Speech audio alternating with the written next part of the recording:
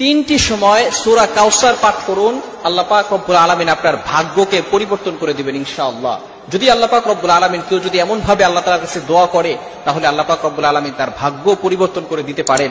আল্লাহ পাক রব্বুল আলামিনের কাছে ক্ষমতা রয়েছে, আল্লাহ পাক রব্বুল আলামিন চাইলে কারো ভাগ্য পরিবর্তন করতে পারেন। এজন্য আমরা আল্লাহ তাআলার প্রতি পূর্ণ ইয়াকিন রেখে তারপরে এই কাজটা করতে পারবো।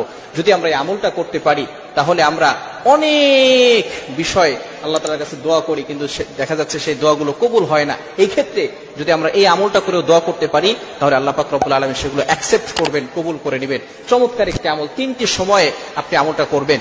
এটি হচ্ছে 3 দিন, অর্থাৎ বৃহস্পতিবার, শুক্রবার আর শনিবার, এই 3 দিন আমলটি করতে হবে সূরা কাউসারের আমল। আমলটি কিভাবে করবেন? আপনি 3 দিন, বৃহস্পতিবারে এবং শুক্রবারে এবং শনিবারে, এই 3 দিনে বৃহস্পতিবার ফজরের নামাজের পরে 11 বার দুরূদ শরীফ পড়বেন, এরপরে সূরা কাউসার 129 বার পড়বেন বিসমিল্লাহ সহকারে, এরপরে আবার শেষে 11 বার দুরূদ শরীফ পড়বেন।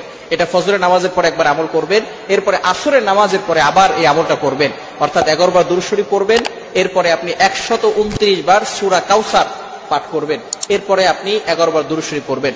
আবারও ইশারের পরে আপনি 11 বার দুরূদ শরীফ পড়বেন, সূরা কাউসার 129 বার পড়ে এরপরে 11 বার দুরূদ শরীফ পড়বেন। তাহলে এরপরে যদি আপনি ইশারা নামাজের পরে দোয়া করেন, আল্লাহ পাক রব্বুল আলামিন ওই দোয়াটা কবুল করে নেবেন। আপনার অনেক দোয়া আছে